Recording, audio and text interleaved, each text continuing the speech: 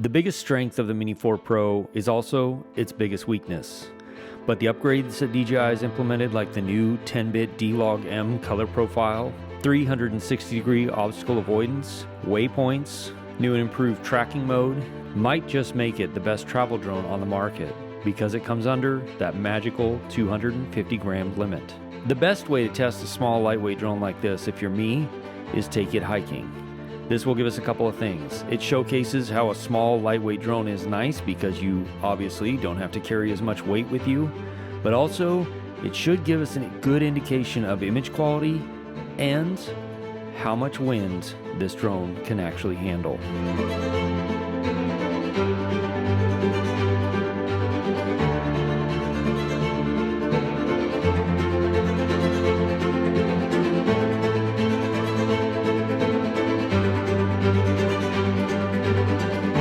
But how does the image quality hold up? Not surprisingly, the 10-bit D-Log-M looks excellent. It can be graded, the colors can be pushed quite a ways before they break up, and it can give you some spectacular results with beautiful, natural imagery.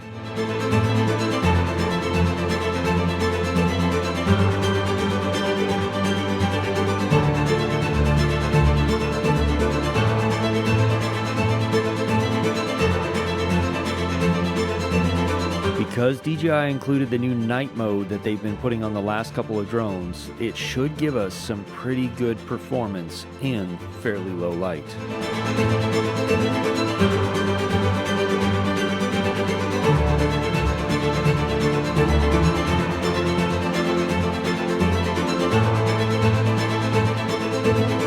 The biggest downside to shooting in night mode is that you are locked into the normal color profile, which isn't bad, but it does limit what you can do with the colors.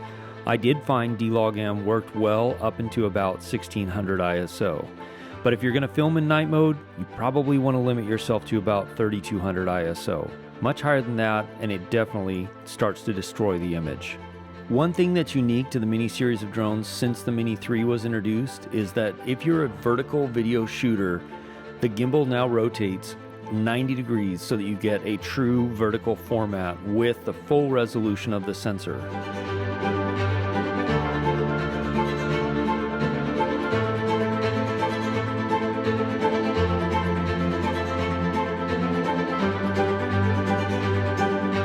And because the gimbal will tilt up to 60 degrees, you can get some very cool and very creative shots.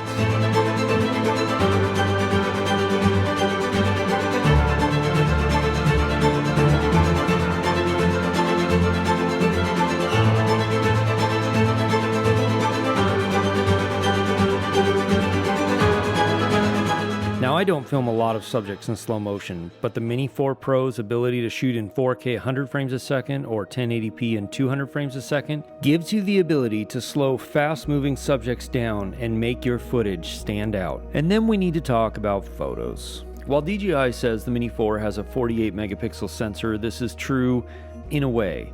It's a quad-Bayer sensor, which means it can divide the pixels up by 4 and give you a little bit more detail and give you a 48 megapixel still. However, from my experience, the 48 megapixel stills don't look the best, and the amount of extra detail you get out of them is actually kind of minimal. Personally, I prefer the 12 megapixel stills. They can be worked with really well and edited in post to produce some really great, spectacular imagery.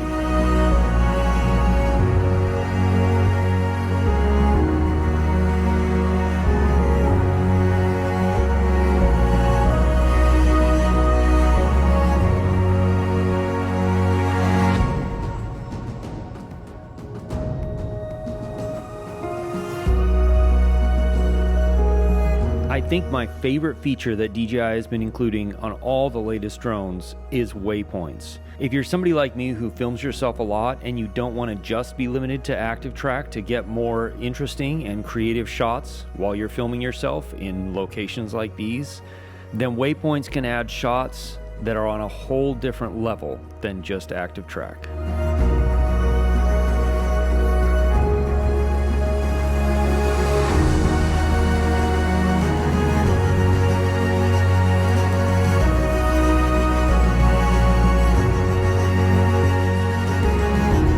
But But that's not to say that Active Track isn't great on this drone. DJI's implemented a few new features, including being able to track from close to farther away and have the drone do certain types of moves around you.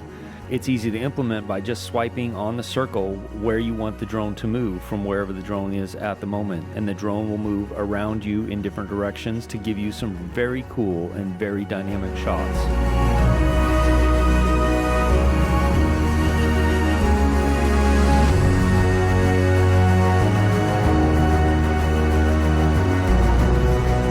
Now, this is not a sponsor video, but I do want to thank DroneWorks Pro for getting these drones to me. I purchased my last 3 drones from them, the Mavic Pro and the Air 3 and now the Mini 4 Pro. And Zach, the owner, has been incredibly helpful at getting them to me no matter where I was. One time it was a hotel in Texas, one time was here in Chicago, and then for the Mini 4 Pro, I was actually at home in Alaska. So if you want to get a good drone and you want to get one from somebody here in the US that can get them to you really quickly, then definitely check out DroneWorks. They'll be linked in the description. Now that we have a drone under 250 grams with 360-degree obstacle avoidance, the only question is, how well does it work?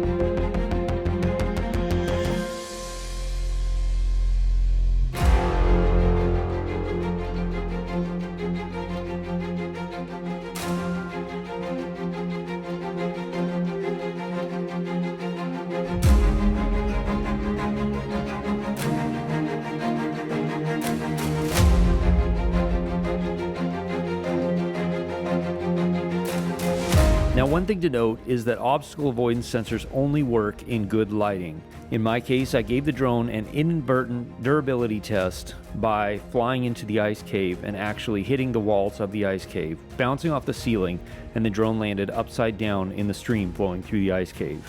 Now, a few days later, after drying the drone out, everything worked fine. But still, it's a good reminder that it's a good idea to pick up the DJI Care Refresh Plan if you're going to push the limits of your drone, because accidents can happen even to experienced pilots like me. Now, I've hiked a little over 100 miles and climbed a total of 15,000 feet up mountainsides with this drone in testing it. And this is where the biggest strengths of the DJI Mini 4 Pro show that it is also its biggest weakness. You see, because the drone is under 250 grams, and even with the longer flight time batteries where it is over 249 grams, the winds is just a little bit too much for this drone to handle. That's not to say that it can't handle light wind. It can. It can actually handle pretty substantial wind. But if you're going to be filming close to a subject, you will see a lot of movement in the footage. If you're in a location around the world, or if you want to stay under the 250 gram limit, then my advice is this. If there's wind happening that day, you want to stay a little farther away from your subject to minimize the amount of movement noticeable in the footage. But the drone actually does handle pretty substantial winds very well. The DJI Mini 4 is without a doubt one of the best small drones that DJI has put out. It flies incredibly well, and the active track on it works better than any other drone I've seen. And so long as you know and understand the limitations of this drone, it can be used to create some spectacular imagery and capture your adventures no matter where they might take you. There are links in the description to the drone. There are also links in the description to my LUTs, which are used to color grade all of the footage that you've seen in this video. Next, you're going to want to watch this video right here. But if you have any specific questions, ask me in the comments below, or you can join my live stream, which happens most Wednesday nights at 4 p.m. Alaska time, 8 p.m. Eastern, where we can get to questions that I maybe wasn't able to answer in this video and have more of a conversation. I'll see you again soon in the next video. Cheers.